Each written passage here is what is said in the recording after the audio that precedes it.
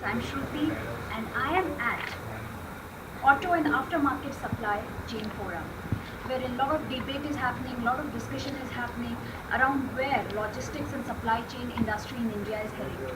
So I have with me the moderator of the panel discussion, Mr. Rajamani Subramanian, Head of Business Analytics After Sales at Tata Motors Limited. Now, this person comes with over 25 years of experience with transformation strategy, experience in sales and marketing with specialization into auto, lubricants and related products. He has successfully developed and established brands which are currently delivering large value to the organization. Welcome to my show, sir. Thank you. How are you today? Good, good. So, sir, we had an insightful panel discussion right now about the nuts and bolts of the automotive aftermarket supply chain. So, would you please like to tell our viewers what are these nuts and bolts? So, as you know, the auto aftermarket is one of the most complex, kind of logistics perspective. If you're talking about, say, for example, a new vehicle or a new truck getting introduced to the market, each of these model will come with almost about 3,000, 4,000 new parts. And when over a period of time, when you aggregate those, you'll have some 500 models running, each of them having different parts, 2,000 to 3,000 parts. And each of those, right, not only from the procurement perspective, uh, which all vendors you need to buy, and also how do you fulfill the requirement, which parts order will come to you, how do you plan for it, how much inventory you need to keep, how fast you can reach it to the customer. These are the kind of some of the challenges that are being faced by OEMs on a daily basis.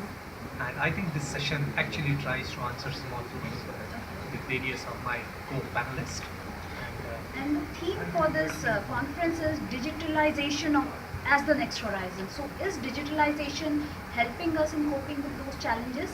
Oh, absolutely. In fact, digitalization is the future, especially when you look at things like Internet of Things or, we talked about the other future emerging technologies. And see, gone are the days when people used to manually work or they used to do the Excel. Now it is all system based because of the complexities or the data getting generated. How do you utilize them?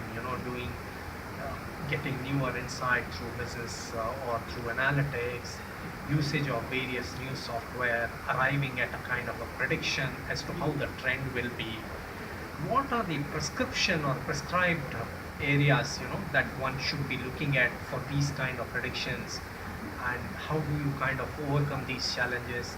These are some of the things which the automation or the digitization is going to help us, and much faster information on the move, real time, where the decision making becomes much faster, and that is where it's going to play a very major role. So, sir, I can understand that people who are actually developing applications and who are actually working on big data, they are bringing the technology. But people who are at the grassroots level, the truck drivers, how will this digitalization ensure that they are trained well for this transformation?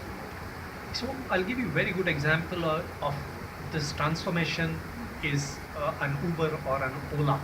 You know, Yeah. all these drivers who drive, you will see they carry that map on the phone, Yes. and they also know which route they need to take, and in which route you have traffic congestion, which is smooth, how much time it is going to take. So in the commercial vehicle segment or even in the logistics segment, I think it is almost there, kind of. And added to that, it may also have some additional features like what kind of braking one has to apply, or what kind of fuel efficiency one's vehicle is giving, how he needs to maneuver the vehicle, or which all area he should avoid or use, what kind of air temperature one should have on the vehicle to get the optimum usage of it. So this is where the digitization is going to help in days to come, and which will take us to the next level. Yeah. So, sir, what do you think? Is India ready for digitalization? Very much. In fact, Mhm. probably in next couple of years' time, we'll be one of the fastest growing in terms of usage of this data. Because we have the expertise, we have people, we have people with entrepreneurial capability who want to try new things. If you look at the growth of e-commerce or any new technology, we have been leading the way, and I will not be surprised if we can adopt it in next 1 or 2 years. So we hope so. So, sir, when you talked about new things, I can you give one message to the viewers that in any field they might be, irrespective of their field, what is the key of innovation, or how should one keep that innovative spirit alive in himself or herself? No, see, there is, when you talk about innovation, it is nothing that one has to sit and do a research on it. Innovation is actually, normally comes out on a daily basis. Whatever you do the best, you try and improve on it. And that is why in India there is something called the Jugaad Yeah. technology. I call it an innovation, the best example.